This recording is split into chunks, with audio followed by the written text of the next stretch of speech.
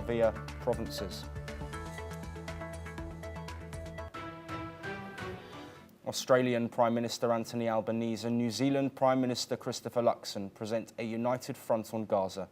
Meeting in Queenstown, both leaders called for a ceasefire, the release of hostages and unhindered humanitarian aid. Albanese says recognising a Palestinian state is a matter of when, not if. Luxon warns military action will not solve the crisis, urging diplomacy and dialogue. Let's have a look at what the New Zealand Prime Minister Christopher Luxon and the Australian Prime Minister Anthony Albanese have said. I've said it's a matter of when, not if. It is circumstances. I spoke with Mahmoud Abbas as well, the President of the Palestinian Authority. We put out a readout of that, and there we raised the reforms that are required. We want to see, I think, two things as Australians. I think overwhelmingly Australians want to see two things. One is they want to see a ceasefire. They want to see the killing stop. Yep. They want to see hostages.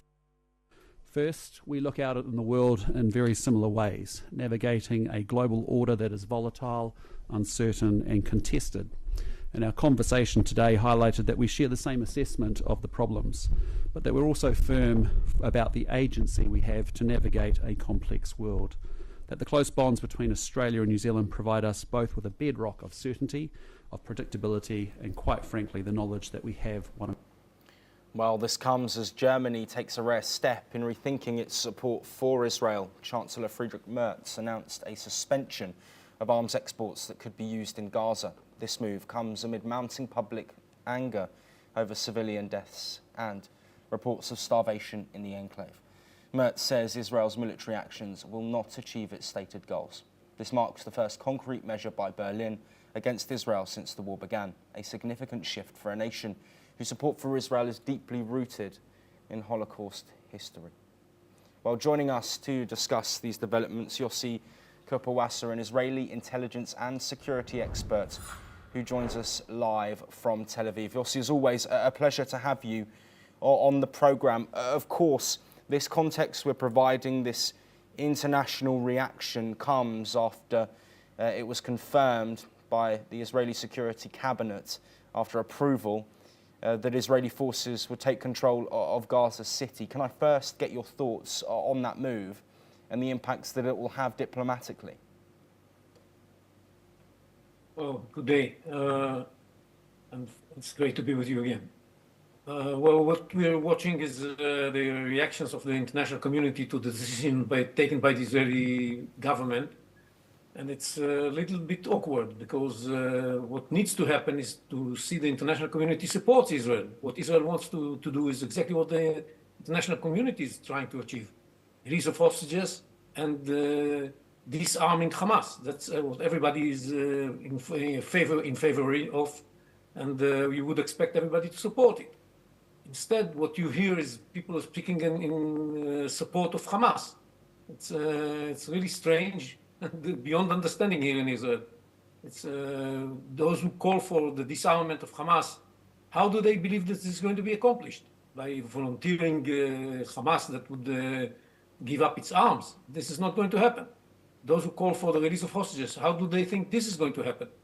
Hamas is going to give up the hostages? Of course, what needs to happen is to put more pressure on Hamas. And that's what the Israeli government decided to do, to put more pressure on Hamas. And if Hamas stays with its position that it refuses to disarm and it refuses to bring back the hostages, we shall have to remove Hamas from power by force. Yes. That's what we are saying. And we would have expected the international community to support that. Yes, but Yossi, of course, the situation around hostages is a devastating one. That across the world, there, of course, is support for Israel on that front. But there has been acknowledgement from former senior officials within the military, with hundreds of them coming out and saying that an expansion potentially is going to put the hostages at risk. At this point, are the hostages now an afterthought for Benjamin Netanyahu? Well, the hostages are at risk anyhow. They are a very big risk. And we saw the video clips coming out from Hamas that describes how desperate the situation of the hostages is. But if this is going to force us to succumb to all Hamas demands, then we are going to be watching another 7th of October soon, and Hamas regaining power. That's a very bad idea. That's what we expect everybody to do, is to put pressure on Hamas in order to release the hostages, because they are in such a bad shape. We have conducted negotiations with Hamas for a long time. There was a proposal put on the table by the Americans and the mediators, the Qataris and the Egyptians, and Hamas refused to accept it. Israel said, yes, okay, we are ready to do that. We are ready to pay heavy prices in order to release the hostages. Hamas refused, and they had additional conditions, and they actually demanded that the war would stop and they will remain in power. And that many terrorists will be released from jail and so on and so forth. That was unacceptable by the mediators too, not only by Israel. That's how we reached the position, the point where we are today. And yes, of course, we believe that if we put more pressure on Hamas, there is a chance that Hamas would realize that they have to show more flexibility when it comes to the hostages, and that would enable us to move forward towards a deal. That the door is open for Hamas while we put more pressure to change the direction at any given time. And if they want to have a hostage deal, then we are open for that. Yes, and Yossi, as we bring our discussion towards an end, a comment here from Anthony Albanese saying that it's a matter of when and not if regarding recognising a Palestinian state. Do you think that this expansion from Israel and a controlling of the Gaza Strip will be helpful for eventually having a two-state solution? We've seen global leaders talk about it and say that it's necessary for peace moving forward. We have also had Benjamin Netanyahu saying that it won't be Hamas-run, it won't be Palestinian Authority-led. But is there a glimmer of hope in a full occupation of Gaza by Israel?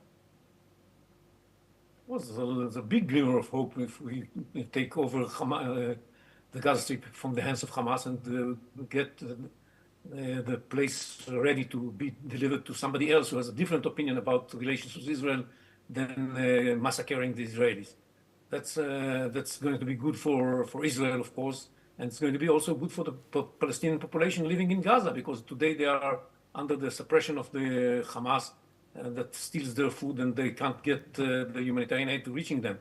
So that's good for everybody that we do that, and we don't mean to occupy Gaza for a long period of time. In the moment we are going to occupy Gaza and remove Hamas from power, we are going to encourage Palestinians to take over and govern themselves, and with the support of the international community and of the moderate Arab states. That's what we have in mind.